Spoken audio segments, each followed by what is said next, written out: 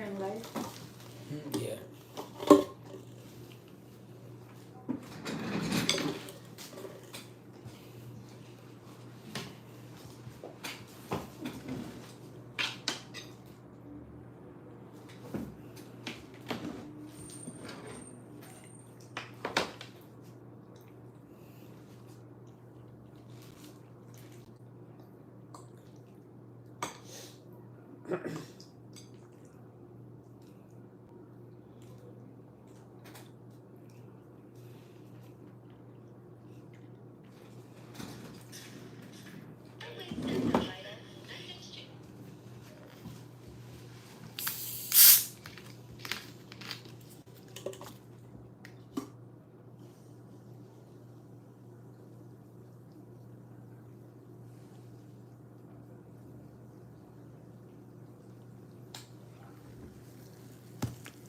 Thank you.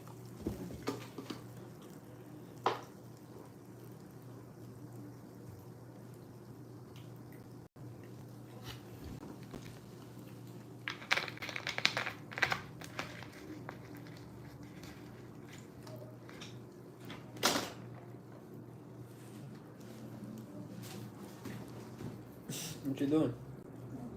Sumasenting ko kasi ko.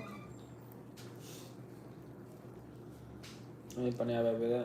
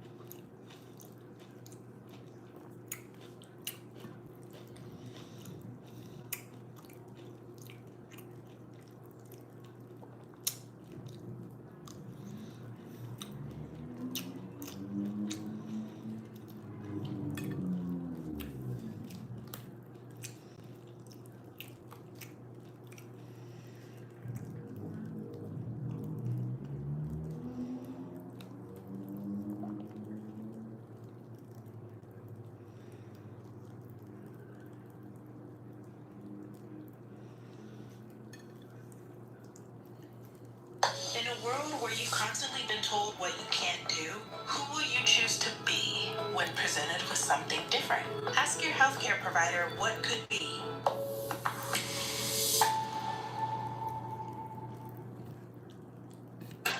Soy yo, Melina Adams. El miedo of misfortune está ahora en Wendy's. Es con tips of dread. So I was saying, like, yo, what you hit? Like, I'm trying to do it. I went and got a machine gun. I came up, and then the police wound up seeing me, and now the police is chasing me. But I always said when I see him again, I'm though, like I try to teach kids. I learned today, not today, but years ago, that how was I able to do that? You know, how was I able to just take people's property? How was I able to steal cars? How was I able to sell drugs to people, rob people, stab people, and eventually killing somebody, killing people, period. And that came from I had no self-love. I had no care and concern for authority, human life. I didn't care about consequences. I wanted instant gratification. I had poor impulse control. I suffered all the peer pressures that we all suffer from. The positive, the negative, the direct and indirect peer pressures. Lived on the image. And I blamed everybody but myself. So when I began to read books about thinking and criminal behavior, I was able to identify with those books. I was like, damn, that should be me. And it spoke about the escalation of crimes and how criminal thinking behaviors began. It can start with a bag of potato chips in the store. Just a little kid stealing a bag of potato chips and the parents seeing it and be like, oh, look at him, he just walked out with the bag. And it's nothing. So now the little kid goes back again and he takes the potato chips and it's nothing. It's an innocent, harmful crime. But it begins to escalate because it plays a part on your mentality and your choices. And that's what happened with me. So when I first started doing crime and giving things, people began to praise it. I began to try to live up to it. And I began to dehumanize people.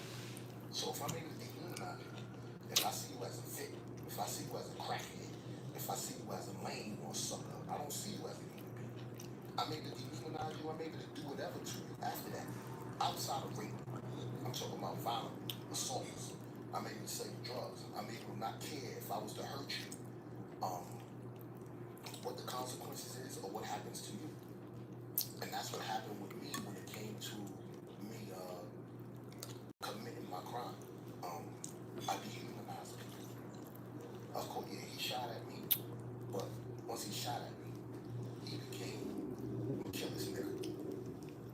So he became nothing but a nigga to me. He became nothing but a op, so they say today.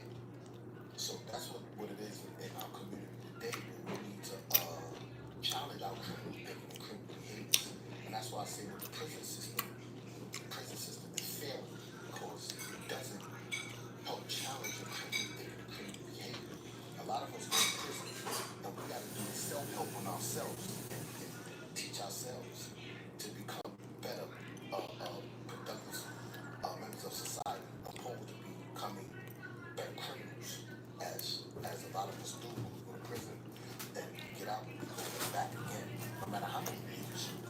And that's because we didn't deal with the criminal thinking, criminal behavior, and the criminal mind. So a lot of guys can go to prison, come home, and still talk like they still in prison. And the reason for that is because they didn't work. They didn't work on themselves. Yeah, I mean, you're thrown into an environment where there's always some guy that did what you did better and got less time. Something big I saw in the Fed was bank robberies. There would be the guys that were doing 10 to 15 years for an armed robbery, and then there would be the white guys, these older gentlemen that would come in, or some of the Irish guys that said, yeah, I'm here for a bank robbery, double the money, half the amount of time, all because I passed a note. So then that guy listens to that, gets out after the 10 years, goes and robs it with a note, and now he's doing life. And you know, that it's that type of thinking. One thing about prison and society, it's two things I always say. I say that your best day in prison can amount to your worst So no matter how hard or how bad I got it, that shit can't amount to the best days that I'm having while I'm in jail. And the thing about murder or violence or crime, when you're in prison, when you're in the street, you the killer, you the tough guy. But when you go to prison, every other guy that walked past you was the killer, is the tough guy. So now you're no longer the tough guy. You're no longer the only killer. You in a fucking a den with killers and tough guys. So now, not only are you subject to continuing your criminal behavior while you're inside, unless you work on yourself and stay away and be a sucker or whatever they want to call it, you're gonna have to continue that same image that you upheld when you was out there. So it came a point in my life where it was no longer about image or what happened, because I got a kid, I got a son.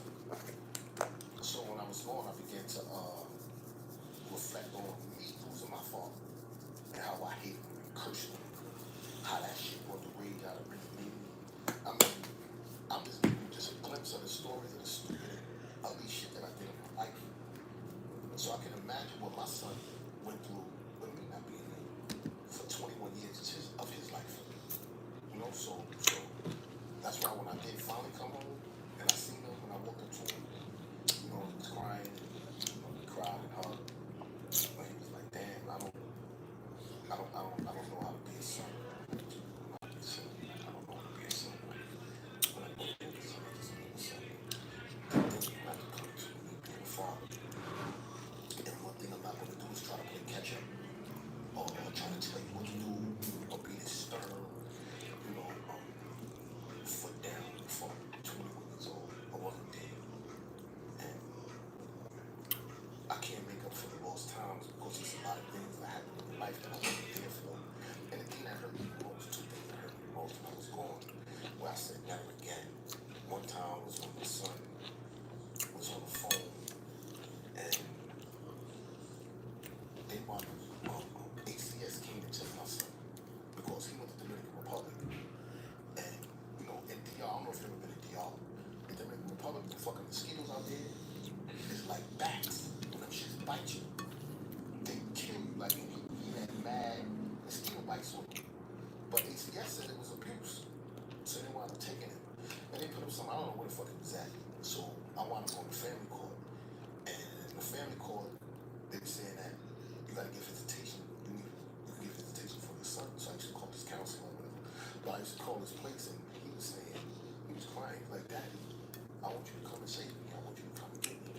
When you gonna come? Yo, bro, I remember I was in fucking Auburn at the time. Yo, I just had my hood on and I just was on that fucking phone, squeezing the shit out that phone.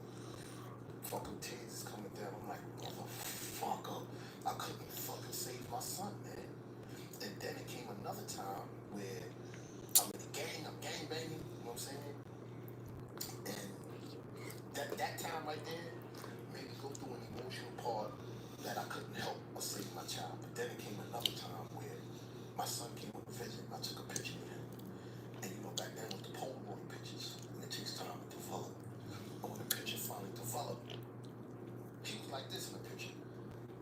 First I'm thinking that's Spider-Man. I said, what's that? Spider-Man? He said, no, I'm a Latin King. I said, what? What you mean a Latin King? He said, I'm a Latin King. And he said, Amor de Rey. I said, Amor de what? You ain't no Yo, bro, that was it, man. That was my last straw. So then, at the time, I'm over here chastising him and telling him about gang. You ain't in the game, I'm in the game. And I went back, I said, that shit. I would have told myself, done. What you mean, done? Done. He's like, yo, bro, you know, you can't leave unless they open the books. You retire, if you drop the flag, you call it drop my flag, retire, whatever the fuck. It's my life, that's it, I'm done. I'm not doing what I'm doing. That's what I want to do, I don't care. This is while you were in prison, you joined this gang. Yeah. Why did you decide to join a gang in prison? That's what everybody used to ask me. Yeah, like, how do you go from your own anyway and join the fucking gang? Yeah, the whole time you're solo and you decide to join a gang. So what happened was, we started a gang first called and became my brother's keeper. And then after that it was an offset gang called COP region of both. Then all these gangs started happening, and then you had another gang. Then the Latin Kings, and then we used to go to war with the Latin Kings and different people. And then the Bloods, and then next thing you know, I don't know. I guess it was just image thing. I guess, hand signs and, everybody. But at the same time, we stuck together, but it just came under blood. Now, mind you, let's go back a bit. When I was in Indiana, it was gangs over there. It was blood. It was YGB, right? So they was like, yo, you're going to be YGB. That was Young Gangster Blood. And I was like, Compra hot buys para tu sala, comedor y recámara desde $199 al mes en la venta del importe de Ashley ahora mismo. I don't know about no gangs and that. So I had this young brother that was from LA. He was locked up over here in Indiana with me. And he used to tell me about the gangs and this and that. He was like, yo, come on, bro, you got to come in, man. I'm like, nah, man, I don't know nothing about no gang. But at that time over there, in that little youth center, it wasn't that many of us. And we didn't have no oppositions. It was nobody to fight against. It was just us young boys in there together. So I was cool with that.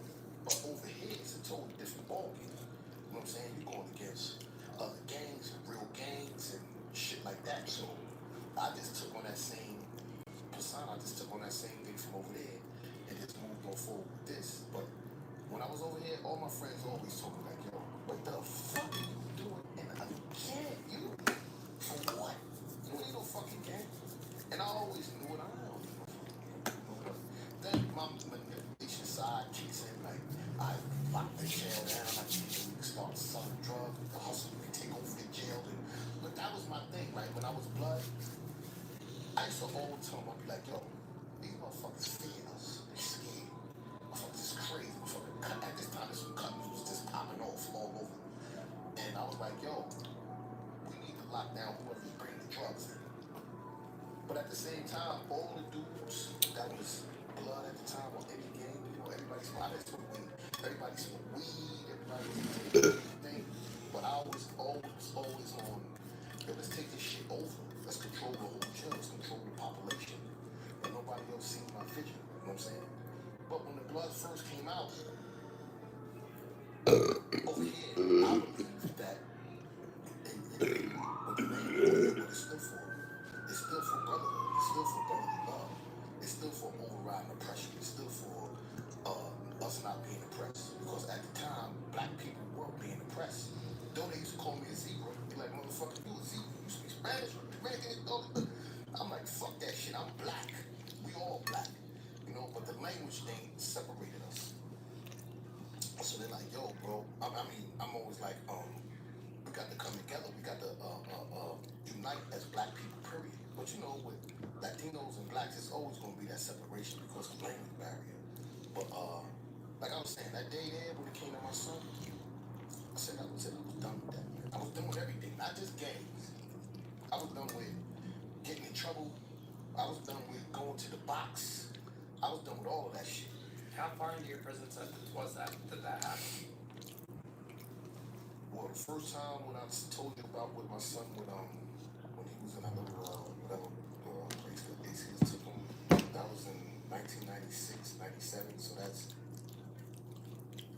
like 5 or 6 years into it. And then that one there was almost like 2000. But even though I said I'm done with all this other shit, I'm still getting in this shit because I'm in jail. You know what I'm saying? There's certain things you just can't avoid. Then it came a time where I'm going to the parole board. They keep hitting me with 2 years and not let me go because I had 15 to life. I ended up doing 21 years. So I did 6 extra years over my sentence. What does 15 to life mean to the average person? Because we hear like 25 to life. So does that mean like you're 100% doing life in prison if you're getting 15 to life, or what's that? In New York City, because different states is different. You have 20 life, 25 to life with parole, or 25 life without parole. In New York, if you ain't no with or without, they usually just give you 25 to life. After 25 years served, you're gonna go to a parole board, and that parole board is gonna ask you questions about your crime, about what you did since you've been locked in, and they're gonna want to to know your whole story from the beginning to the end. The majority of people in prison don't want to look at the ugliness of their crime and the things that they did. So when they start talking about their criminal behavior and the things that they did in the past, they minimize, right? But they make it a big picture on the good that they did. I went to college, I finished, I got my GD, I got this trade, I did this and that. All right, tell us about the crime. Yeah, you know, it was me and my man, we did a robbery, and I stabbed the dude, and you know, that was it. But that wasn't it. And the parole board hit you because you really don't understand why you did the crime, how you was able to do that crime, and your criminal behavior and thinking. So every time I went to the parole board, they used to always ask me the same question. Why you had a gun? Like, why you had a gun in the first place? So it's like, where that began? How did you pick up a gun? Because you wasn't born with a gun. So my thing was, I had a gun for protection. Yeah, you had a gun for protection. So your mother had a gun too? Nah, she had no gun. Your brother had a gun? Nah. So you was raised by your mother. She didn't have no gun, but you had. But you had it for protection, but she didn't. But y'all in the same neighborhood. You actually again, why you had that gun? Now I'm stuck. I'm like, I had the gun because I was going I had it because I didn't have nothing else to say, right? They busted me in the head. Not just for that, but they gave me 2 more years, and the reason is your release right now is incompatible with society. It would deprecate the seriousness of the crime. So releasing you right now with all these other big fucking fancy words. So I go back to the parole board again. I get a reversal on it, my parole hearing. I go back again. The same thing. They keep asking me about the fucking gun. Like I tell them about my life, but then we get stuck at that gun. And then my last parole board, I wound up going, but this is after me working on myself, learning about my impulse control, working on all these different criminal thinking behaviors. I wound up teaching myself every day. I used to teach myself different new words and how to speak better. Then I was in the program, I was in the self-help program that helped you learn about your criminal behavior. It taught you about healing, houses of healing, how to get over the loss of my dad, everything. This time when I went in, they said, okay, we want to ask you a question. Why were you able to carry a gun? And I said I had a gun because I wanted to shoot somebody, because I wanted to kill somebody, because I had a wish a nigga would attitude. I wish a nigga would step on my feet. I wish a nigga would bump me. I wish a nigga would do something so I could take this gun out and shoot him. It was like, oh, okay. So how you was able to kill somebody? I said, because I dehumanized people. Because I had poor impulse control. And I started breaking everything down. And now they see that I fully understand my criminal thinking, my criminal behavior, and how I was able to do that. And then they went into why you won't do it again. And then I asked it as a question, but I gave a statement in reference to consequence. These are my swimming jeans, my sitting jeans, my standing jeans.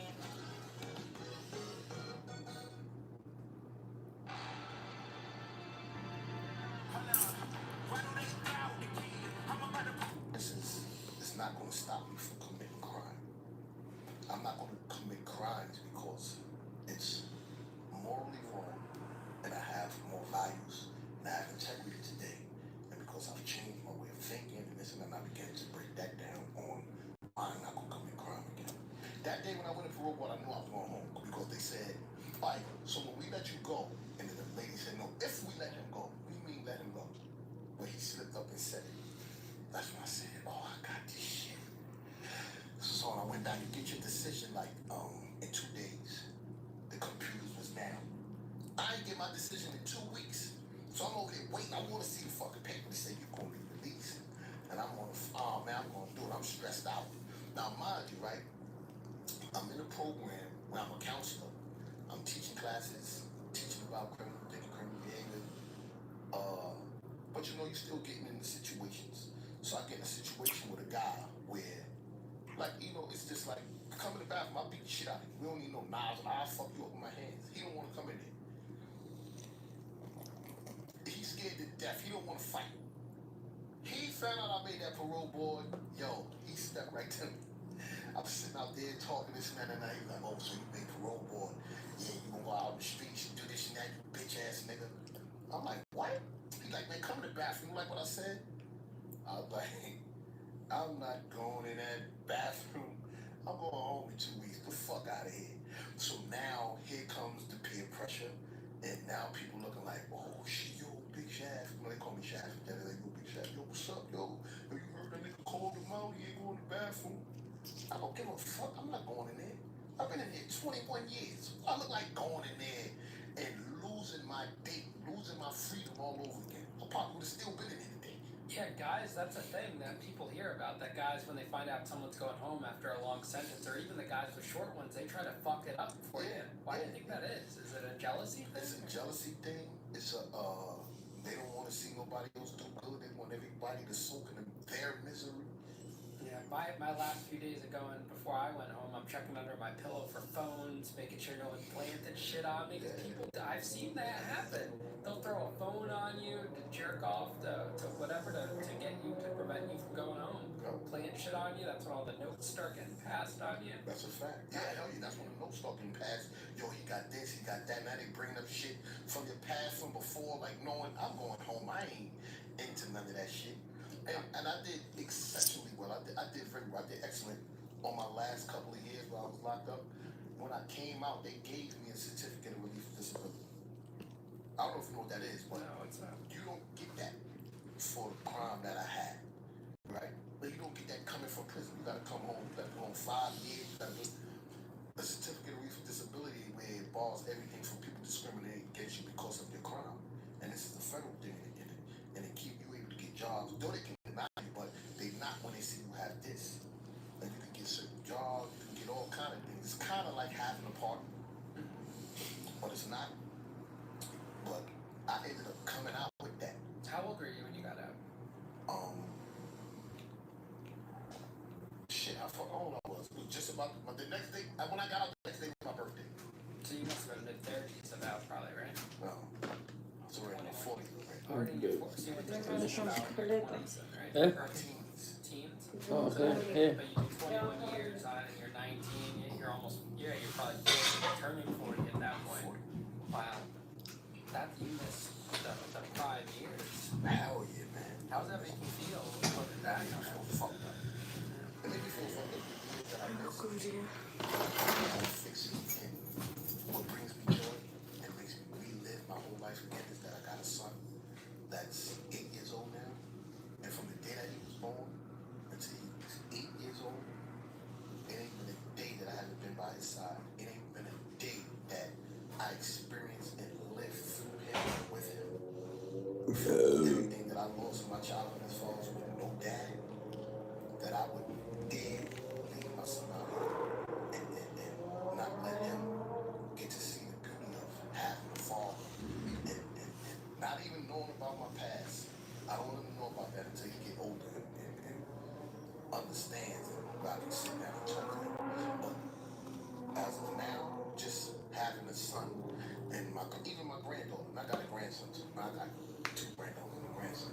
But with my grandson and with my granddaughter, when I take them out, just seeing them, taking them to the park, trampolines, and jumping and flipping, I see me, bro. Yo, that shit is crazy. Like, that shit built up so much emotion in me. I was like, yo, this is crazy. This is what I always wanted. That's why my son is so spoiled with my granddaughter. I give them anything. Like growing up, like video games or certain things that I couldn't get when I was a kid, my son would never.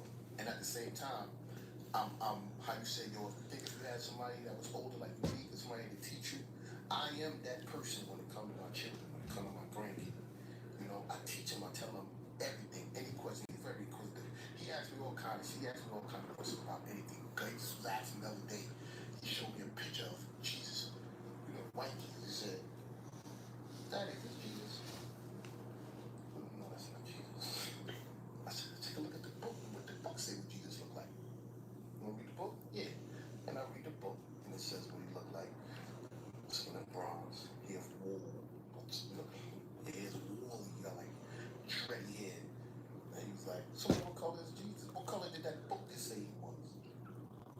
bronze. Okay, let's look at the color bronze. What's bronze? And then I break it down to him. I said, so then what color fits his description?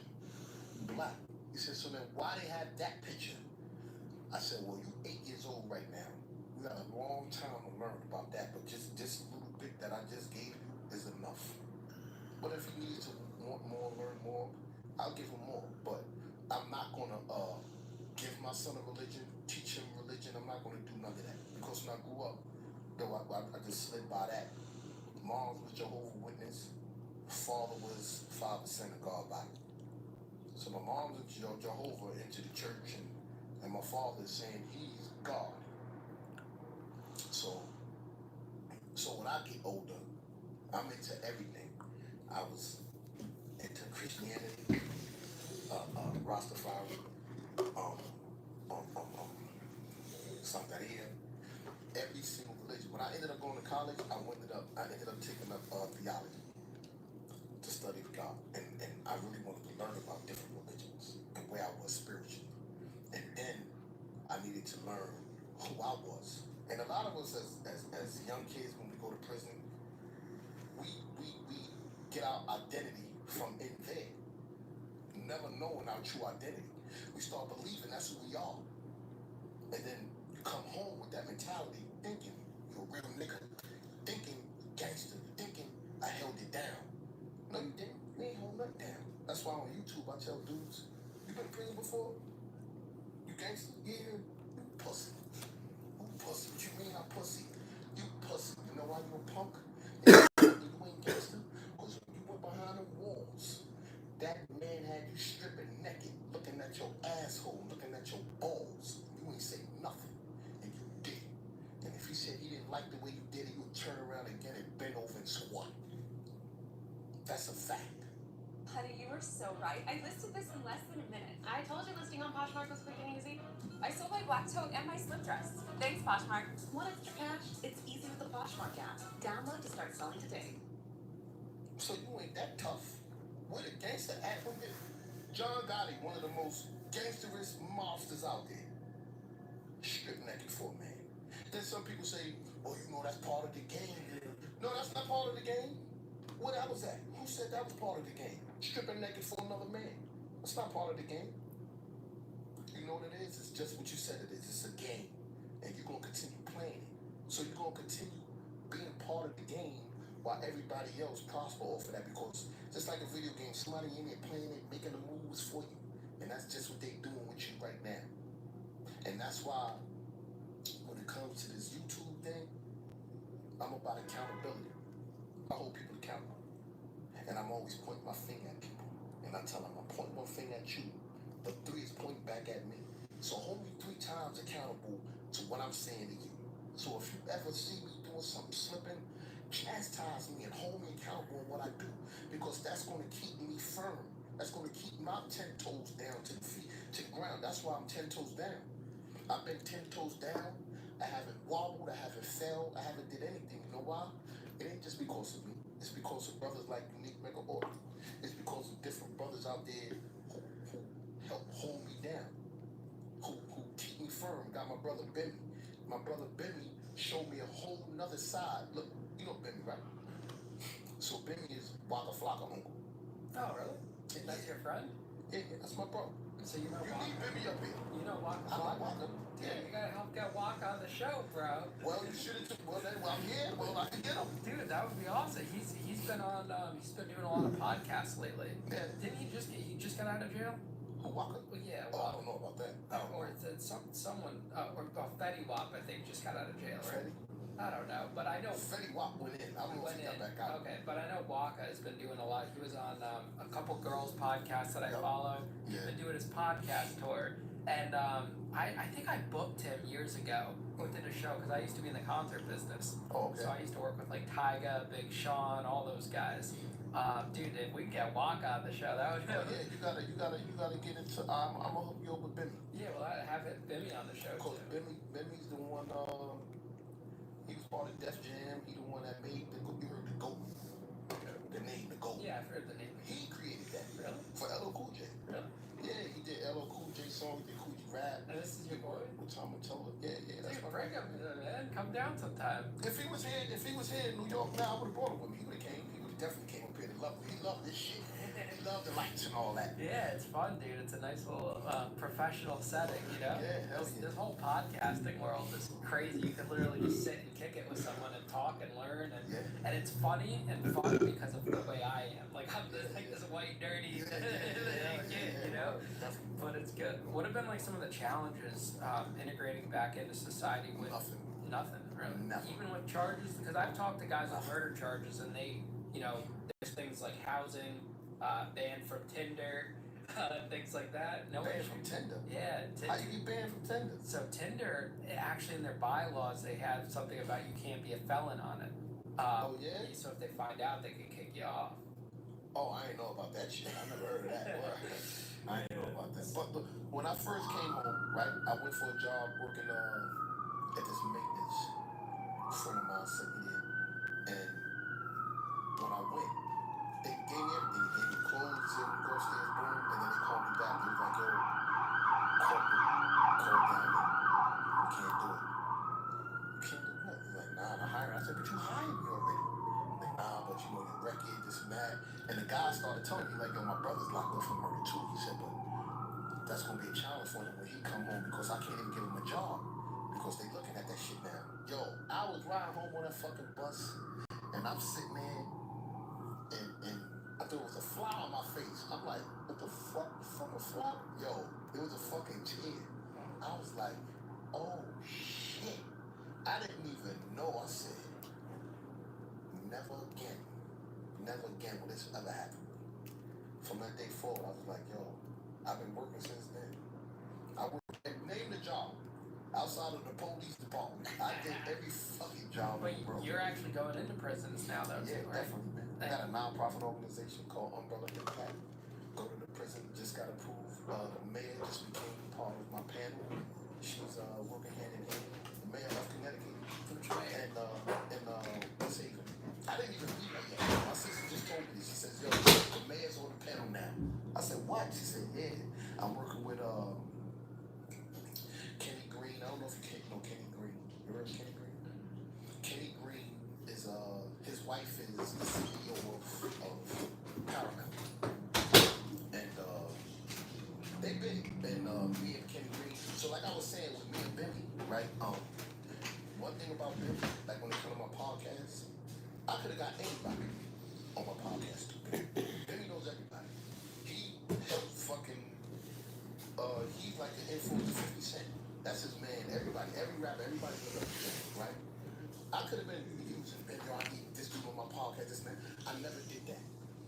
And Billy appreciate that side of me. I never asked him for a penny, nothing. He a millionaire. I don't ask him for shit. But what he did do is he put me in places and positions where I could just network. We was at a spot in Stanford, multi-millionaires, and that's where I met Kenny at. And we just kicking it. Yo, boom. He just introduced me. Yo, this boom, boom. He had to spin off, and then let me know the conversation. We start conversating. I was like, yo, man, I love your story.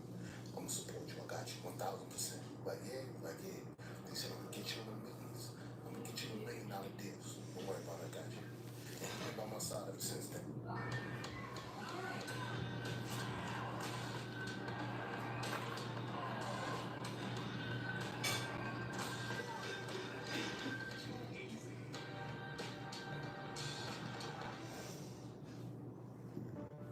For over 27 years, Benchmark Senior Living at Putnam Farm has been providing nationally award-winning assisted living and memory care.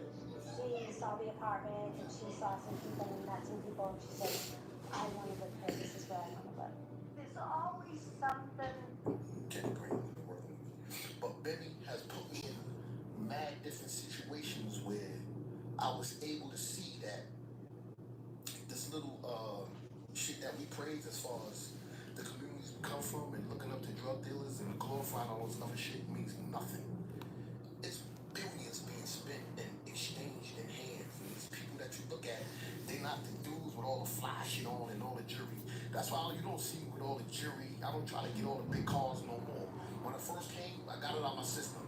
I had the Mercedes, I had the Audis, I had the BMs, I had the Jaguars, I had all the cars. Now, I got a good old pickup truck, That's grown man time, and I don't get. And this is just regular. This ain't fly to me. I just dress regular. I don't care. the scarf's looking pretty fly. Yeah, the scarf, you know. But I'm regular degular. I'm gonna wear regular clothes. I'm not buying expensive shit. I'm looking for the best deal I can get. I'm gonna make sure my account is fat, my safe is full, and I'm gonna make sure that I got something to leave behind for my children, bro. Because it's not about living for today no more. That's how these dudes do. And that's what I thought. I was living for today, never thinking about the future. I wish I could go back and change a whole lot in my life. And that would be not only the criminal aspect of it, the educational side, and making a way for myself, knowing that, like right now, right? Um, I set up for my kids, so and I tell people on my channel, if you die today, who gonna bury you? And after they bury you, after every funeral, after you gone, They go, they eat, they play music, and we having the next conversation about something else. But what do you have to leave behind? My dad left that song, Papa was a Rolling Stone, all he left, wherever he went, his house was a home or whatever, all he left behind, you know why that song go? When he died, all he left us was alone, and that's all he left. He left us alone. I don't want to be that parent that leaves. I don't want to be that guy in a community that was known as a killer, tough guy, a gangster. I don't want to be known as that. I don't want that image. Fuck that image. That shit got us known. I don't want that. I like the lanes. I wish I was the geek in school. I wish I was the guy who wasn't getting all the girls. I wish that I was the guy that didn't have a fly car and no chip. If I was that guy, you know what I would be today? Opposed to the person I am today, when the police pull me over, the first thing they ask me, yo, tell me what happened with that? My buddy, what the fuck you talking about? You tried to buy the record? What happened with that? What the fuck you talking about? I went to town for it. But, like, how was the town? Oh, that. Like, I'm not fucking talking about that, man. Yo, write me my ticket if you gonna write me one. Yo, I swear to God, just one highway patrol dude pulled me over one time. He said I didn't have on a seatbelt when I was speeding. I was speeding, but I had on my seatbelt. He pulled me over, came up. He said, yo, you speeding, you didn't have on your seatbelt. I said, man, I got it. He said, no. What happened with that? I said, well, what? He said, what happened? Can you tell me? I said, the case is over. I ran through my tongue, bro. He like, tell me about the case. So I'm not telling you shit, write the fucking ticket. He said, I won't write you nothing. He said, I'm gonna write you for that seatbelt. Speeding. I can add some other shit. What happened with it? You killed him? I said, you know what? Yeah, I killed him.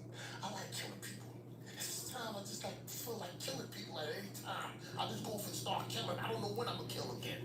Yo, he bust out laughing. He's looking at me like, what the fuck is wrong with you? I'm like, what the fuck is wrong with you? Like, why would you even try to push me to make me go through that, bro? He's like, hey, you got it, man. I'll say for you. I told him like, yo, bro, this is fucking sick.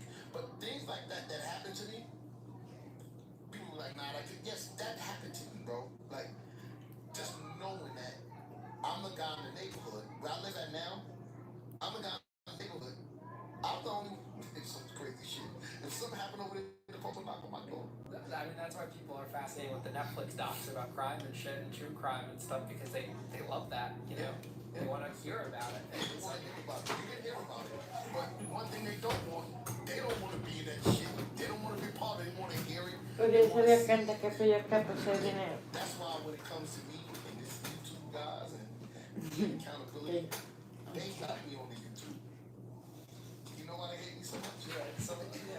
What do you do on your YouTube? Why they hate you? Well, like I said, accountability. And when it comes to me and other YouTubers, man, don't come out here from prison or just being out here in society teaching prison is cool, teaching that crime is cool, going to jail. Don't teach that, because when you start teaching that, you start glorifying it. That shit don't sit right with you. So then I call you on what you're saying and what you think you're doing. I call you on it. I'll be like, yeah, he's locked up, tough, gangster, pussy. You say this on YouTube, on the video. Pussy nigga. And we'd be beefing, going back and forth, and I'm like, all right, enough talking, let's meet up. and I'll fuck you up. I'll beat the shit out of you. I'd rather die for something nowadays than die for nothing. Back then, I was fighting the wrong cause. Today, I believe in these children. I believe in society can become better.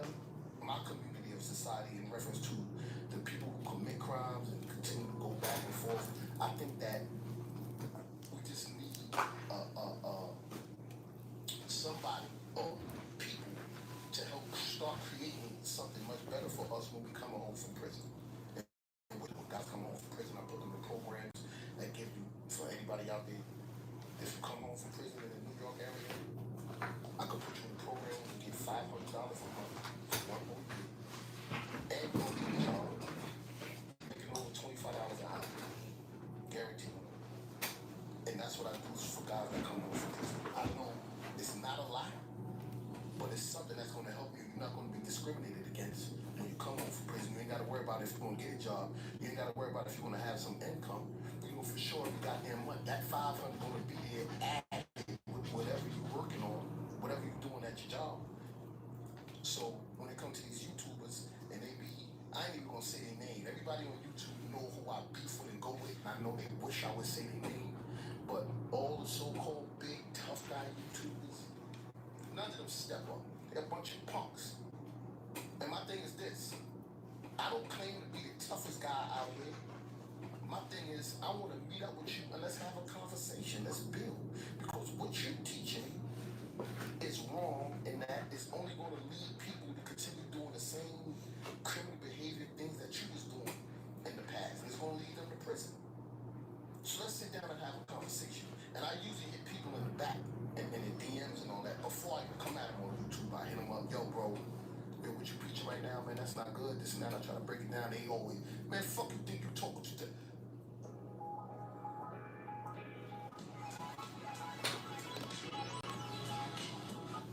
Okay, I'm about to get on your ass.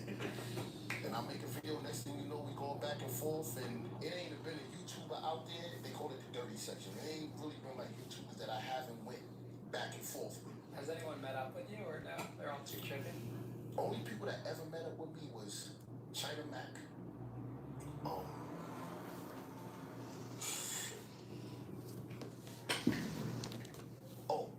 The King of New Jersey. That's it. And these people, I wouldn't deal with them. Because I said, I'll come to your neighborhood. I'll come to your neighborhood. I had incidents where dudes was like, what, you pull up right now? And I pull up. And I come over there with a bunch of guys. And they're like, oh, he look at him.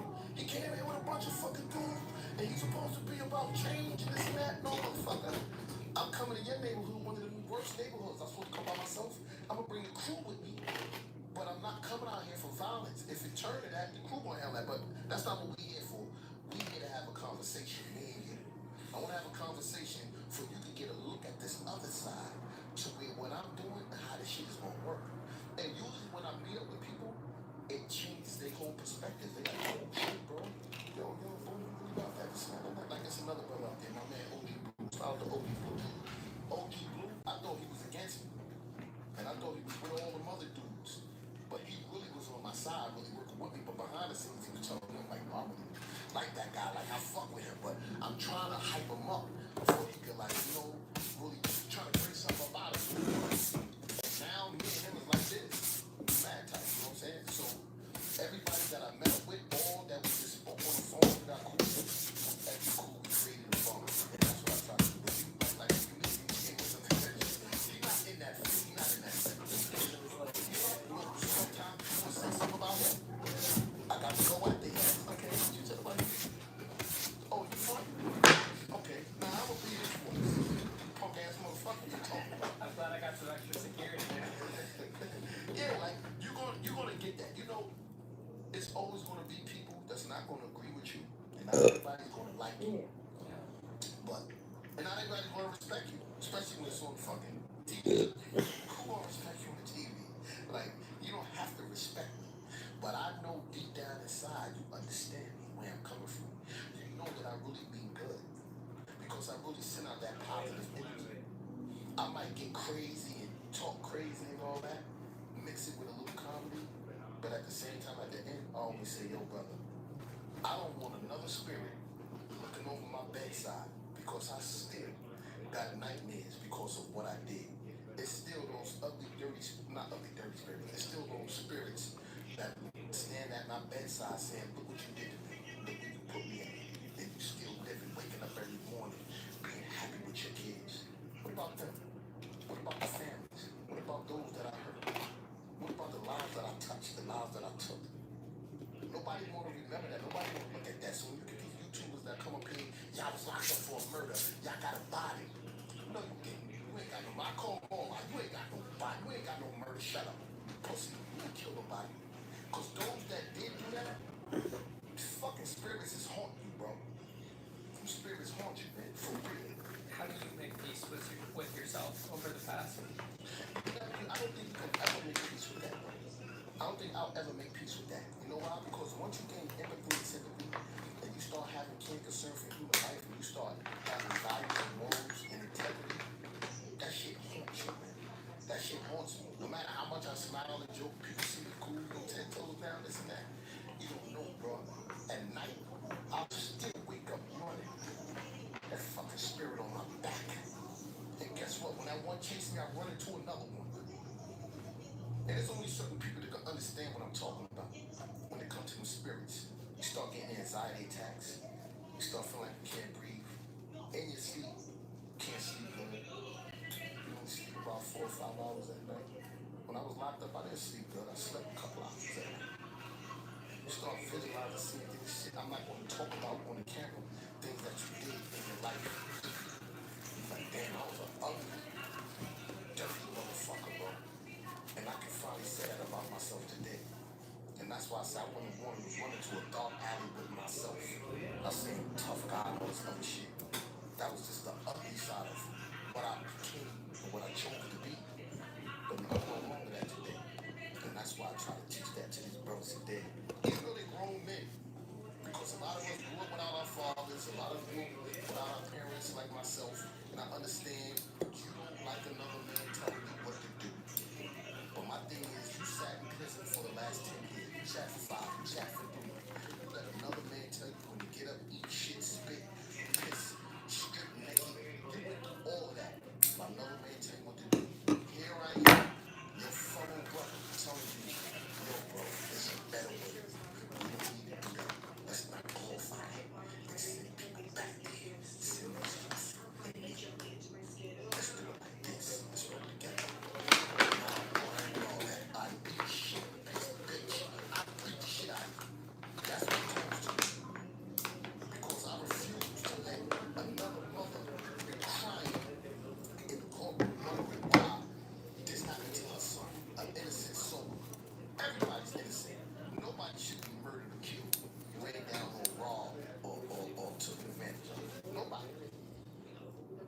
I remember I asked the parole board one time before, I said, how much time is enough time for murder? What do you mean by that? That's my question to you guys. That's all I want to know. How much time is enough time for murder? Because y'all keep hitting me with more time every time I come in here. How much time is enough time? They told me you were for me to figure it out. And you know what I said? After going and figuring it out, I figured it out. My father was murdered.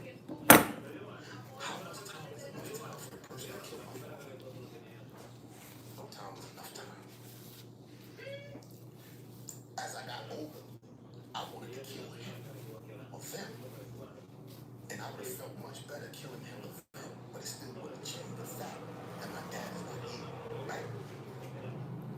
When it comes to doing time, time doesn't change behavior. Behavior changes from within. You're going to have to change the behavior yourself. You could do 1,000 years and the behavior still doesn't change. You have to change from within. You have to start seeing things differently. You have to start seeing human beings as human beings.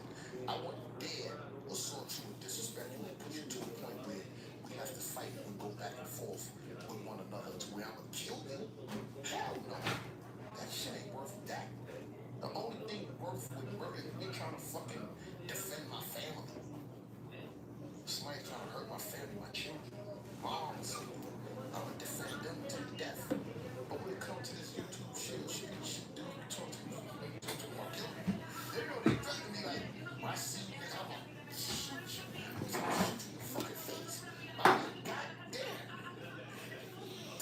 reaction that mad and upset to where you want to shoot me in the face? Getting worked up. Damn. Is that serious, bro? They want to shoot me in the face. Yeah, you pussy, you pick for nothing. I said, okay, I'm talking about it. Yes, you know.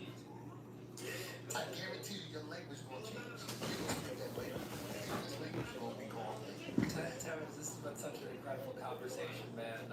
Really, thank you for coming on the show and connecting, and things again are unique. And I'm so happy to hear about all the good you're trying to do in the world and using your past. I ain't trying to. I'm doing that shit. Yeah, It's happening. good, man. I'm glad, and keep doing it, man. Keep doing your thing, and you got our support here at Locked In. Definitely, man. We locked in for real. Locked in is the channel to watch. Is the big yo. Listen, I'm gonna get Benny up here. We gonna get Waka up here. We gonna get. Listen, we need the support, bro.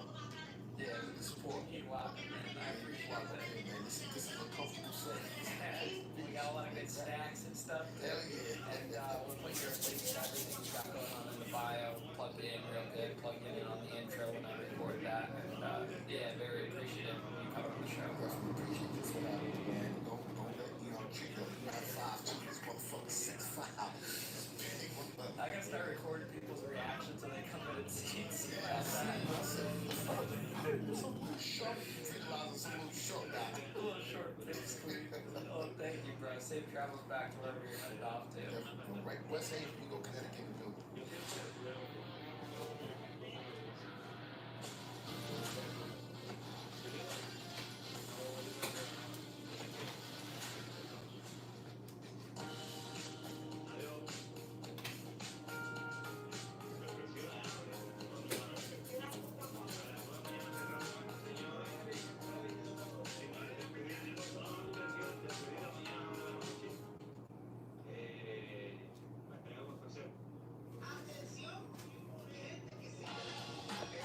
On today's episode of Locked In with Ian Vic, I'm not only here with one, but as a Parent household.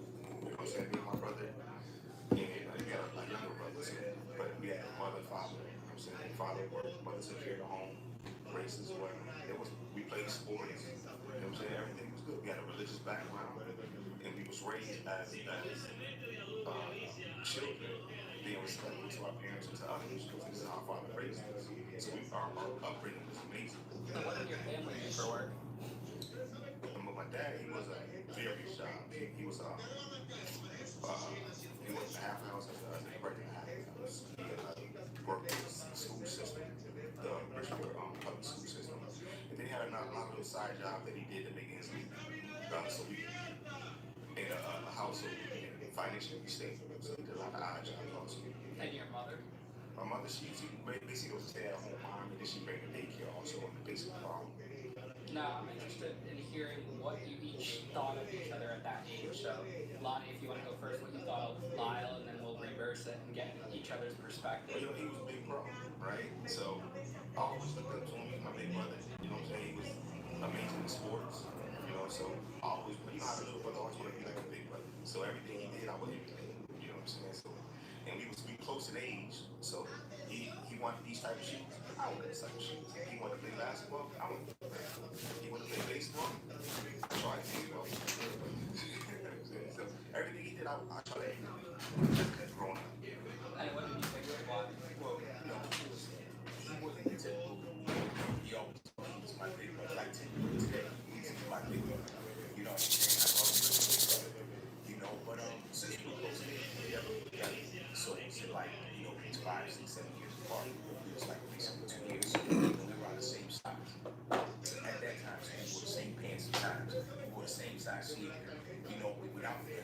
It didn't change until I got my license. When I was in high school, and he wanted to tag along. That's when I'm like, you're 14, I'm 16. I got my friends, you got your friends. But we was close. Growing up, we was close. Is there any traumatic experiences in your childhood, like in the middle school or high school days? Well, one traumatic experience for me was when he got hit by a car. Okay. When he got hit by a car, man was crossing the street. And the baby was 8, and I was 7, 8. I was like 10 years old. And he went in front of me, and he got hit, went all the way up, and came all the way down out of the car and rolled. And I thought he was dead.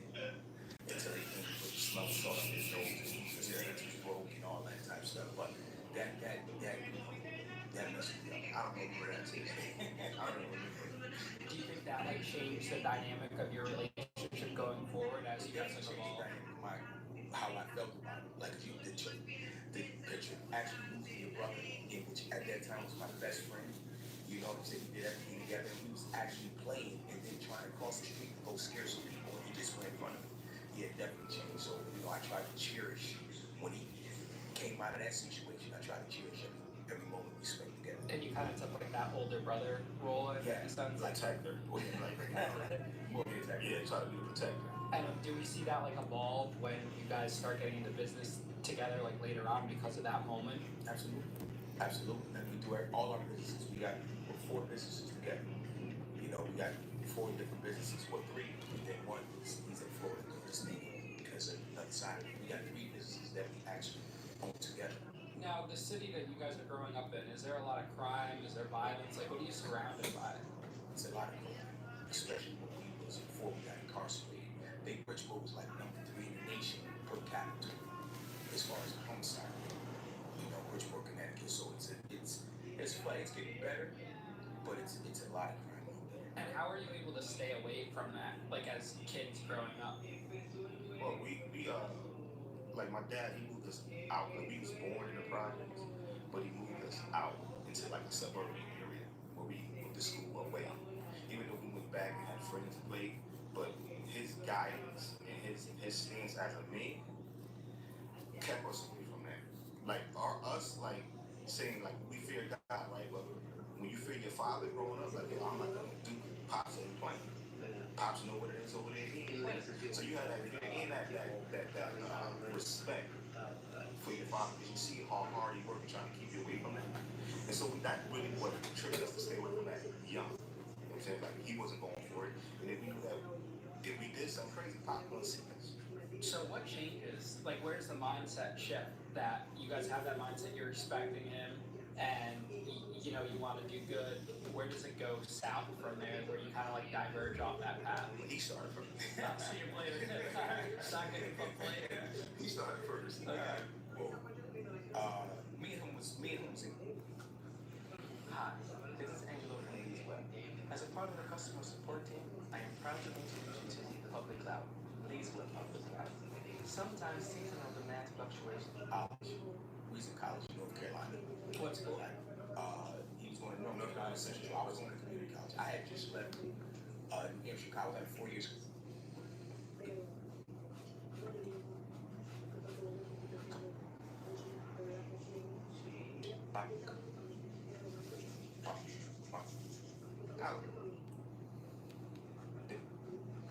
But that just shows like the parents' love for their child too, that they knew what you guys were doing, but they weren't going to go to the level where they're like ratting you out. Yeah, They're supportive, but they're not at the same time. Exactly. So when you got out of jail, did you have every intention of not getting back into the business? Absolutely. I did for 2 weeks. What you told me? Like, I'm chill. I said I'm chill. I told him, I said I'm good. I seen all that money, but my mindset was I just did a year, and it was the hardest year I ever did in my life. And so when he was like, "Yo, bro, this is us," I'm like, "Nah, I'm good." I just got a motorcycle. He gave me a car. I had a car, and he gave me my money back. And I had 2 kids. And I'm like, man, I'm no stranger to work. I worked all my life, so I can go get me a job. So I was good. You talking about a young kid. I got over $100,000, a car, and and I got 2 kids, apartment. I'm good. And but I'm hanging with him. Like I said, best friends. So I'm around again, and I'm seeing collect, and then he came. What happened was he came through in a brand new 740 BMW. He came through brand new, and he came through, and everybody was like, "Oh!" And I'm sitting there like, that night I said, "You know what? I'm back." He came to me, he's like, "I'm back." So now the dynamics change and flip flop. Before it was he was around watching you, now you're watching him. Yeah. So how's the dynamic when you guys team up together? Who's in charge? We're both partners. You're partners. Yeah, like I told everything is partners. Because I got my start with his money. Even though it wasn't what I was doing, but I took that and built this this is all. So I know what it got, and I respected that at that time because whatever he was making in the day, he had to split. He was split half. So if he's making $80,000 in one day, he was making 40. So so that he was taking a hit. So now, but he was trying to. He was like, "Yo, what's up?" And I'm good. He wanted to break bread with you. Yeah. Now, because of your college background with accounting and stuff, did that help your business because you're able to legitimize it in a way? Absolutely, and this is why we believe the judge gave us a lot more time than he felt that we were supposed to have gotten because he felt that we took what we learned in school and brought it to the legal business. So how exactly did you do that? How does the accounting play into your business? What's like the inner workings of this drug empire? See, a lot of people that sell drugs, they just sell drugs and they just see the money coming in. We do profit margins. We do with margins. If we can do this on certain days, we can make this. And in a week, this will be this. So we plan we plan things out on marketing strategies. The marketing strategies make things look beautiful, make the colors look beautiful, make the bags look beautiful, make the name sound appeasing. And then we were visionaries, right? I had a vision, like I'm saying, like this is just temporary. Now we're gonna move into real estate. We're gonna move into these things, right? Because for me, this is not gonna be my life. I know what's the end of this. I know my father invented this, and I've never seen it. Yeah. Because I was only in the street for two years before they came out. So did you have a number you wanted in your head to get out? Because like a lot of the dealers I've talked to, or the fraud guys, they have a number in their head. And you never stick to that number. You always say a number. Everybody says a number. But what was your number? My number, when I first started, I was like, I'm gonna get his money back and get what he got, and I'm stopped. So that did happen. I told you with me, it was a house and a car. Yeah. But see, the thing is, as you get bigger and the money coming in, your accessibility is less. Like you ain't around no more. Like everything is just like a well-oiled machine. It's just running. You might just come through just to show your face, let people like don't play with us. We still around. But you ain't even there. So it's like you making all this money and you ain't able to see. So that's how we work. Like, what kind of drug dealers are you? Are you guys like violent, or not so much because you came up with a very different background than the people that were surrounded by you? By nature, we're not. By nature, like growing up, like we weren't violent, right? But in that game, it breeds. You know what I'm saying? Things happen. You know what I'm saying? When you move that much money and you on that type of lifestyle, things happen. You can't escape that. So you became someone you never wanted to be. Absolutely. When's like that first moment or dangerous situation where maybe you guys have like a realization? You're like, holy shit, this is a different game than what we grew up with. Because you don't even realize it, right? Because you get so embedded in it, it becomes like you normalize it. It becomes normal, like carrying a gun and bulletproof vest. That's what we did every day. That's wild. And the justification, we justify whatever we do. We just justify anything that happens, and it can be something minimal. We like, man, he violated. And looking back, we was in a way. We wasn't we was tripping. You know, but when you actually in it, and that's why when we talk to young kids, I understand, like when you're in it, and we have people in our ear, but when you're in it and you're so far deep, it's hard. And I liken that to, like, you see a lot of people that use drugs, and you're like, man, that's how it was. We're getting money. People that it was an addiction, and you're like, man, why he keep going back when he's addicted to it? He go to rehab, I go to jail. He go to rehab, come back and relapse. I go to jail, come back and start getting money again. It's the same thing. Are you guys using yourselves, or are you just strictly business? I never smoked a cigarette or weed. We don't drink, smoke, none of that. Weed, none of that. Really? So you weren't influenced. It was strictly about money and business. I gambled though.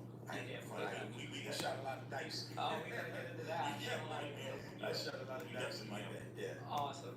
So, what's like the first time that something like you guys were in a violent situation that could have ultimately affected one of you guys, that could have changed like the dynamic of the business? Was there any like situations, or were you guys mostly respected and no one touched you? No. It was people that we respected by a lot, but it was people that actually tried. And like it's people that had to drop on me who they, by the grace of God, I'm still here. You know what I'm saying? They could have totally left. They had to drop on me, and for whatever reason, reason I'm still here. Yeah. You know. But the thing is, like, we had built such a team, right? We had some mentors that people revered and feared. Finance. You know what I'm saying? Like, you know what I'm saying? We had people that, like, don't even try because they all come, right? You know what I'm saying? So, and you know, it's like that. So people feared that, right? But at the same time, we still was respected. We didn't disrespect people and just do just crazy stuff unless they violate. And then again, in the game, like when you in the street, somebody violates, like, yo, he can't get away with it because somebody else will try. You know what I'm saying? Now, we ain't like, so one or two people might have got a pass because somebody like his mother. We knew it's being right, we didn't give a pass. But if you cross that line, like, son got a pass. A son, looking down, family must depart. Strange to die, indeed. Exactly what you're looking for. Booking.com. Yeah. Now, do you think your dad realizes how powerful you two have become in this area? Yeah, And he's just completely removed from the situation. Like, but there's no see, trying to stop you. as a parent, right? How my dad is, right? He removed himself from the situation, but he never removed himself from giving us guidance and talking to us and trying to get us away from that. He stayed on us. Like, listen, man. I mean, every chance you get, y'all gotta tighten up. You know how this is gonna end. He tells you, you know how it's gonna end.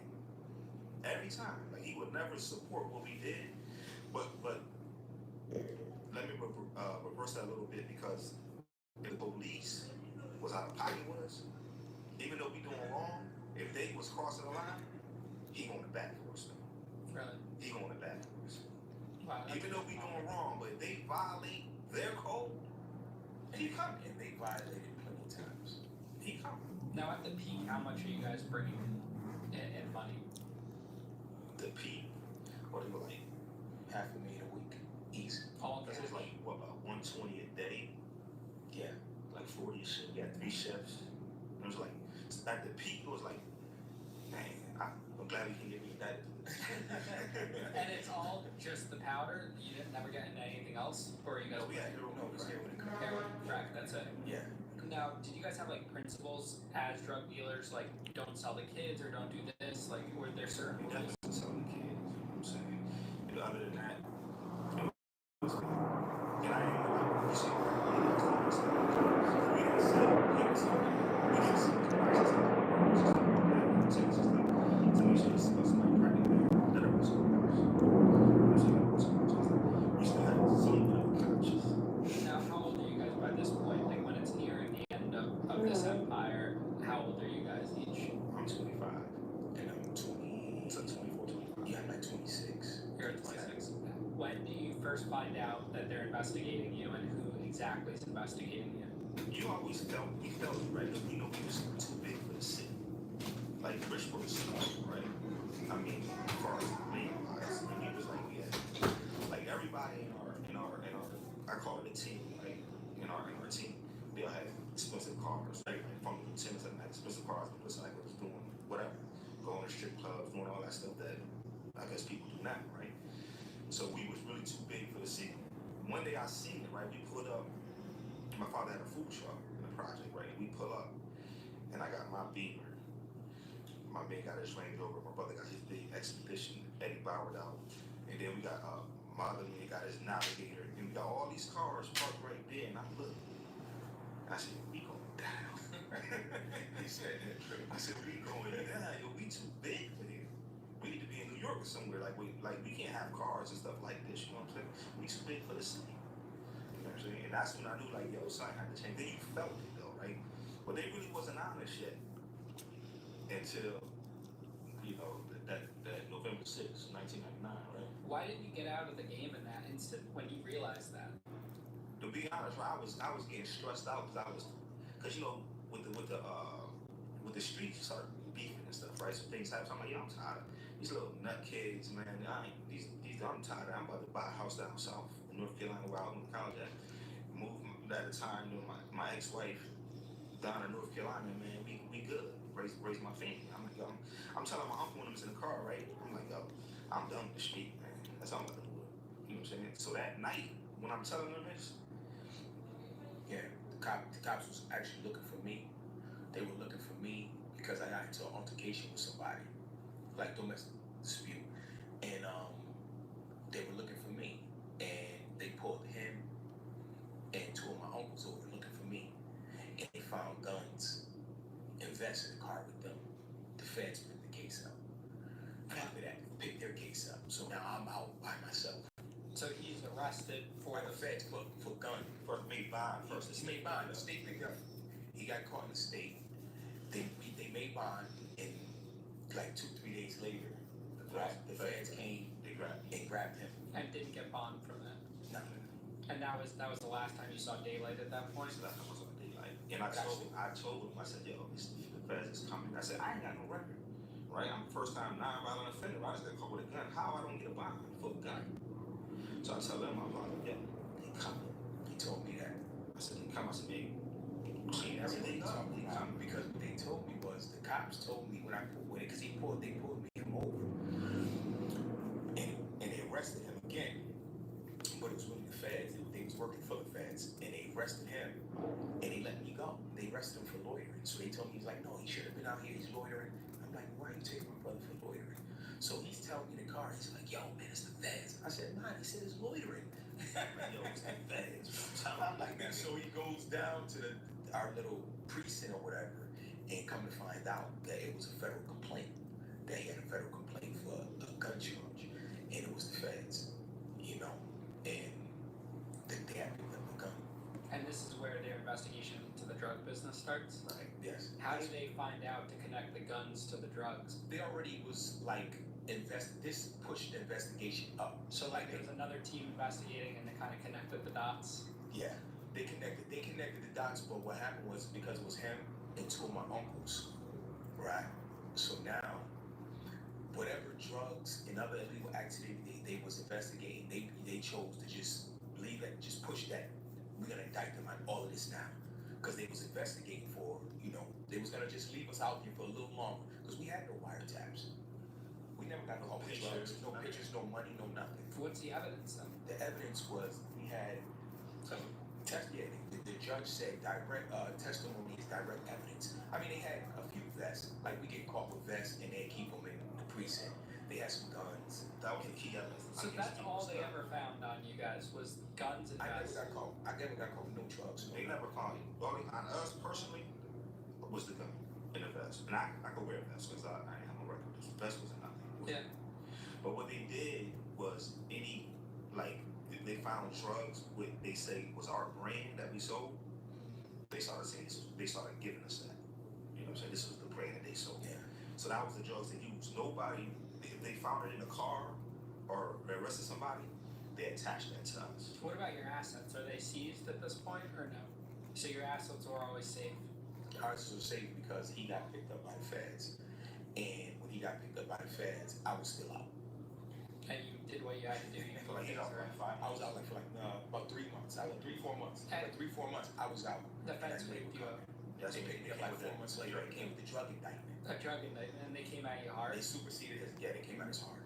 And where were you when you got arrested this time? I was at a friend's house. Actually, he was looking for me. I was on a run. He was looking for me for a murder.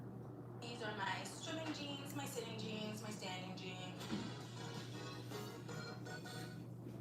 Say hello to a new era of trusted AI communications. Ring Central's AI You and Lewis are both.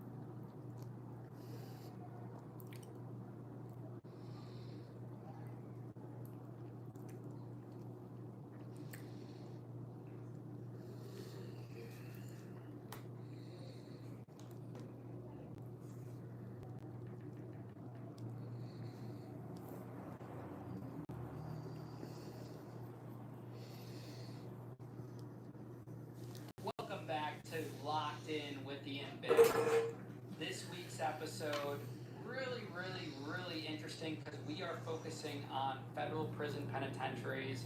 I interviewed Michael Hall and how he got a 10-year federal prison sentence and how he spent his time going to different federal penitentiaries and medium federal security prisons throughout the United States.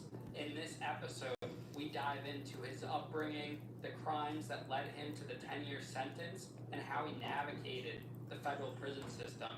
Hope you guys sit back, relax, and enjoy this episode. And please do us a favor, leave us a review on Apple Podcasts, Spotify, or wherever you get your podcasts from. It helps boost our show and get it out to more people. I'm your host, Ian Bick, and thank you guys again for tuning in.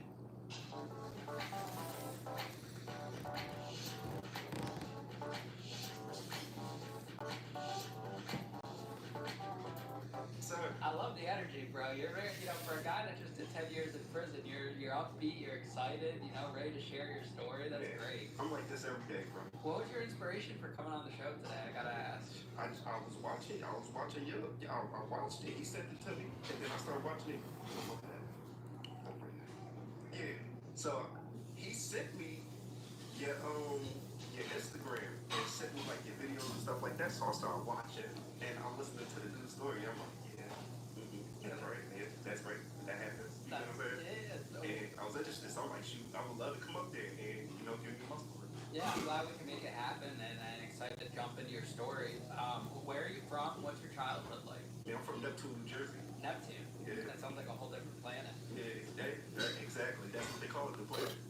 Yeah, I'm from Neptune, New Jersey, man, and I grew up not like most people, but some people have it hard, some people have it good. I grew up like in between, hard, good. You know what I'm saying?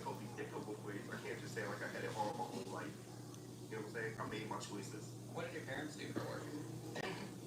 Right now, my mom worked at like some eye doctor place. She's like a secretary at an eye doctor place. My father in prison. He been in jail all the time. While you were growing up, he was in prison? Yeah, he in jail right now. Oh, wow. He always did. Was that hard for you as a kid? Yeah, because I don't got a father. You know what I'm saying? So I got older cousins and stuff like that that's basically misleading me, honestly. What about siblings? Did you have siblings? Yeah. I got older sister. I got 3 sisters and a brother.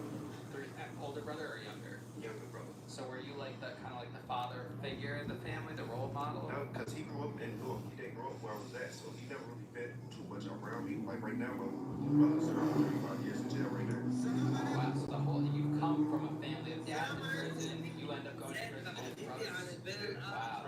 That's just, and you're calling that regular, that's like a whole different life. Yeah, exactly. Did you know, like at a young age, that your dad was in prison? That was put on you very early on. Yeah. What are your like thoughts and feelings about that at that point? At that point, I didn't understand it because I was young. I didn't understand why he was going to jail, what he was going to jail for. I just know he would come home, then go back to jail for 2 years or 5 years. He come home, like, so I never kind of figured it until like really 14, 15. I started figuring out what jail was. Like I knew what jail was, going to jail, street rules, stuff like that. Like I started hearing what was going on. Were you visiting him as a child in prison? Yeah, I visited him sometimes when he's down baseline. And does that like motivate you to not want to go to prison at that age? Or was it scary? That's the sad part. It wasn't even scary. It's like, it didn't feel like nothing. It just felt like I was going to see my dad. Wow. So that didn't deter you at all from the path you were gonna follow? Honestly, no. I'm just like my father, honestly. I'm more not repetitive. Like him, he goes back to jail. I'm not going back to jail. So you guys barely had a relationship growing up, even with the visits and everything like that? Yeah, we didn't have too much of a relationship until he came home right before I caught my station. What kind of crime was he in prison for? All drugs, every time. And same thing with your brother? No, my brother locked up for a murder and like stealing cars, like a lot of car thefts. Wow. Now, neighborhood you're growing up in, violence, good, what kind of They go both ways, but like, because Neptune and Asbury, it goes like, it's like, I can step across the street and I'm in Asbury. Step right back across the street and I'm in Neptune. Like, and I grew up in Asbury. Like, I was raised in the village, Sewell Avenue, all those places, but I went to school in Neptune. And then I stayed at my grandma's in Neptune, right? So all the way back in Warren. So, but Neptune got an up the hill part of it where it's very nice. where now you won't consider, the churches. They won't consider you in the churches no more. Was your mom trying to keep you away from those same paths that your father took? My mom, honestly, she raised me a good kid. I ain't gonna lie, I was always a good kid. Like, I've always been a good person. I've never been negative or this type of, like, I don't just come off as an asshole to everybody. Like, I'm a good spirited person. When I walk in a room, it's energy every time, and it's always good energy. I don't never give out bad energy, so I get that from my mother. But my mother wasn't fully in my life. I was raised by my grandmother. Rest in peace. My grandmother was a very hard person. Very hard. And do you think that affected the path you took with your grandmother raising you? Yeah, because my grandma kicked me out at a young age. So that right there would make me go straight to the streets. Now I'm selling drugs in front of corner stores. I'm doing all this and doing all that because she was just a hard person. How old were you when she kicked you out? Shoot, I was 16, then I came back. Why'd you get kicked out?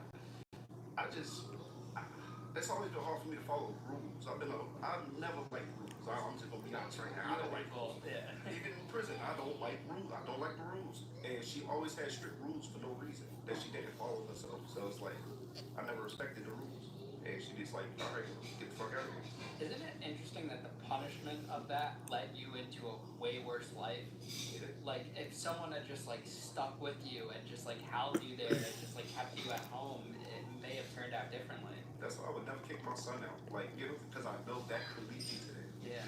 But we have to go through it sometimes to figure that out. Yeah, I feel like because if I never went through it, like if I never went to prison and experienced what it'd be like how your friends act when you go to prison, how the girls that you was dealing with act when you go to prison, just everybody in your life, period, how your life stops and theirs don't. Yeah. And the same people that you love be the same people that turn your back on you too when you're dead. That's some real shit right there. So you get kicked out. Where does this life of crime start? What happens? Like, what's the first crime you ever commit? We had jumped a Mexican. I don't remember. I was 16. You got kicked out. Jumped the Mexican. Why? What's the logic? We was just drunk coming back from the party, off the back from the party, and just doing some shit. That's like out of character for you, because you know you're a good kid and you just do it. Yeah, I was just mad. I was just mad. Yeah, my grandma. Yeah, I'm tired. Yeah, I was just like, and then we just drunk and turned up. Are you hanging out in the back or going with kids too? That's right. Yeah. Oh my God, we was deep.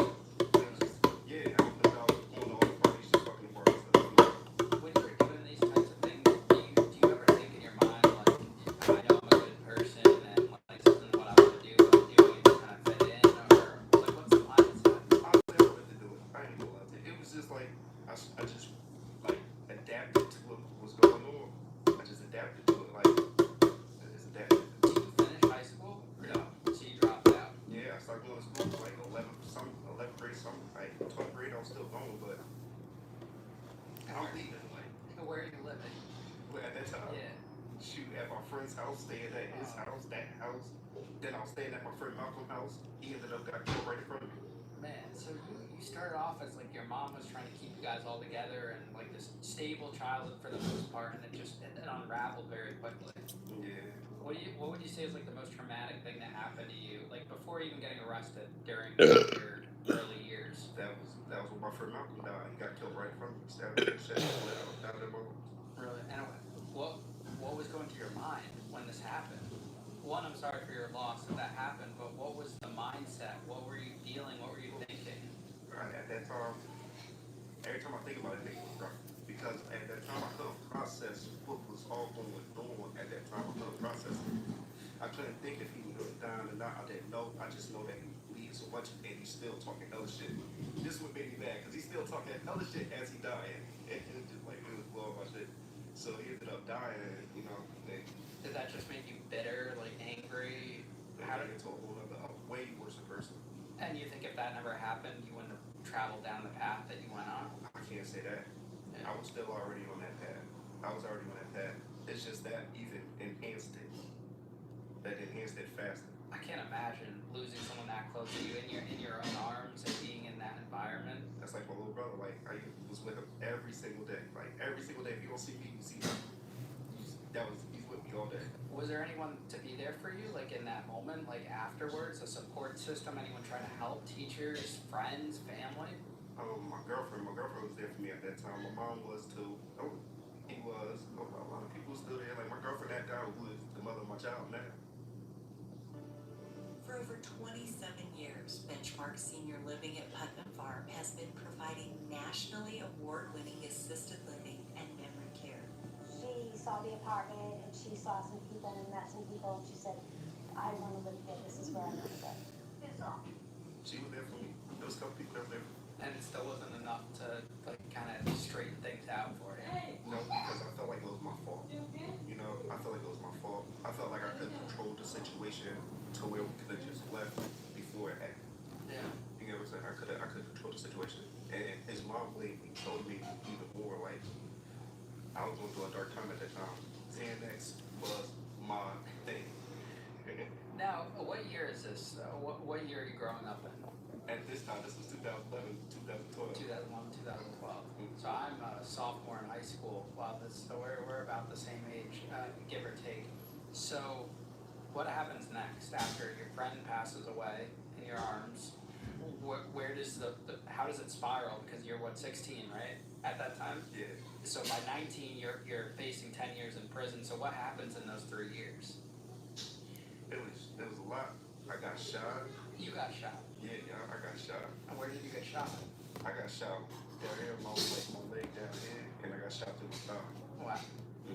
In my artery. And this is because of drug dealing? I got just some street stuff, you know what I'm saying? Just some heavyway street stuff, honestly, which really didn't matter. Are you in gangs or anything, or what's going on? Me, I'm just a money dude. I like to get to the money. I like to, you know what I'm saying? I like to be around, chill with females. I just be chilling. So you're one of those like hot-headed young kids that are just like all over the place. And I got a name. Everybody know me. Everybody know me. What were they calling you back then? They call me Boom.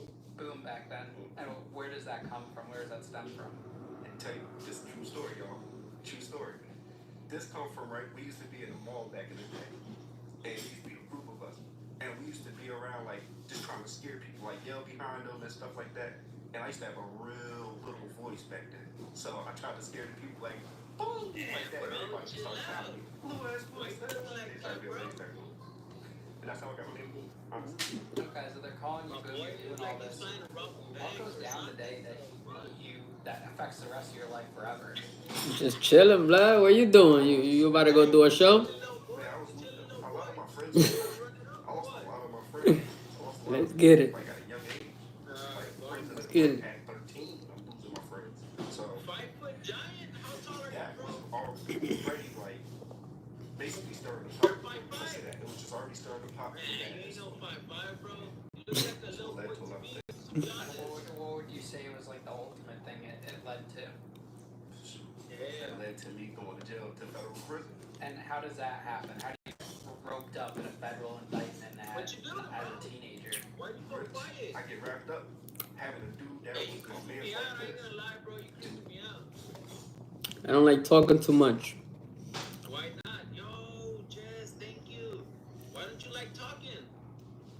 I like listening better. Don't listen too much, bro. You better start talking. I like to listen too, but if you don't talk to me, I can't listen to shit for myself. People that talk too much, you know what I'm saying? Bro, you can talk. Ain't nothing gonna happen. I understand, bro. Let me guess. You did about 15 years on the pen. Nah. Never done time. I did time. Yeah, you did a couple of years, right? How about I did time with you, right? I remember you. I remember you. That was you?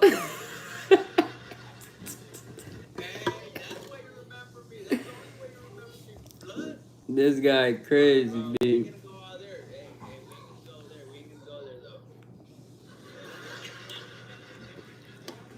Hey guys, just double tap.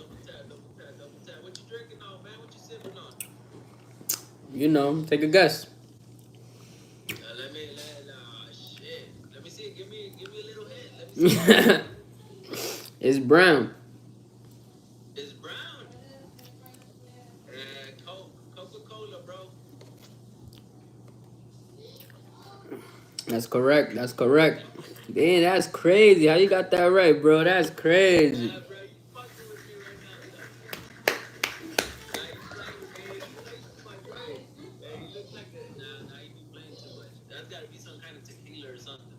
Alright, guys. Boy, crazy. Hey, you drinking on that Henny court? Hey, you think so? That Henny and Red Bull? Nah, it's probably straight Henny, right? Nah, we drinking on some juice. Some gin and juice. Some juice. Some clean juice. Hey, where you from? Where you from? You from DR? From DR? That's Dominican Republic. Yeah, Dominican Republic.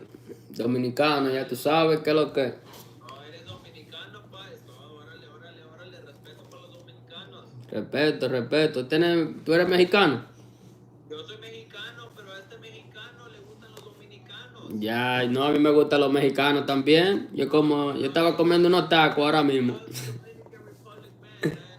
And honestly, I ain't gonna lie, bro. You a good looking Dominican Republic man. likewise, my brother. Likewise. Nah, you good looking, man. And hey, if you don't mind hitting up my DMs, I'll appreciate that, bro. Hey, you.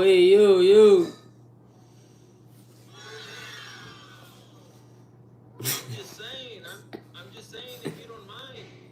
I mind. I'm married, bro. I'm married. Well, that don't matter, bro. I mean, shit, it don't matter. Yeah. You always hit me up, bro. Yeah, nah, follow me, Ken. You gonna follow me? I was handsome, bro. You told me I was handsome. Now you lying to me. Now you don't want to talk to me through the DMs. I was honestly trying to get to know you better, bro. Sorry, bro. I'm sorry, brother. Sorry. Man, and I'm over here calling you handsome and shit, bro. That's fucked up. Sorry, bro. You lie to me? You lying? That hurts my feelings. I ain't gonna lie. I think we don't got no feelings. You can't have feelings when you a man, bro. You can't have feelings, B. Hey, bro. I like man, bro. You leave the feelings for the, you know what I'm saying? For the kids and the girl. Hey, I love man, bro. I love man. What can I do about that, bro? How can I change that? You gotta pray. Bro. Gotta pray for what? Gotta pray for a big man like you. I'm praying for a big man like you, bro. I see you kind of, tall and buff. That's what I want. I want somebody to manhandle me. You trying to go viral, right? No, I'm just trying to find a boyfriend up in here. You're going viral. You got 15 seconds of fame right now. Go ahead, King. Bruh, come on, bro. Alright, I guess it's alright. I'm gonna let you judge me. It is what it is, bro. I mean, Come on, don't make the Mexicans look like that out here, B. You a Canelo fan? Nah, bro. Out of here. Boy, crazy. Boy, wildin' for respect, boy. Boy, wildin' for respect, yo. Who next?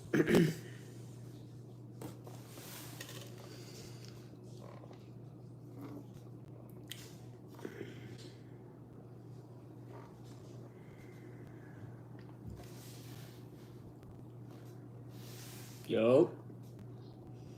Let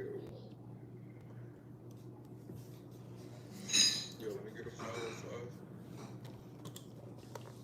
You follow back? Say that. I'm gonna follow you back. Alright, cool. Thank you, bro.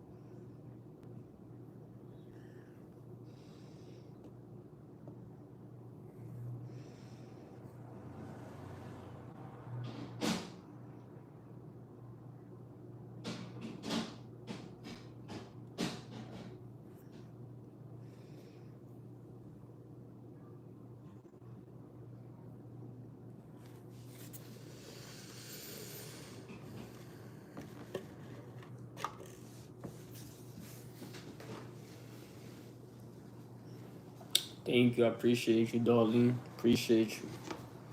Word. Appreciate you. Appreciate you. Word.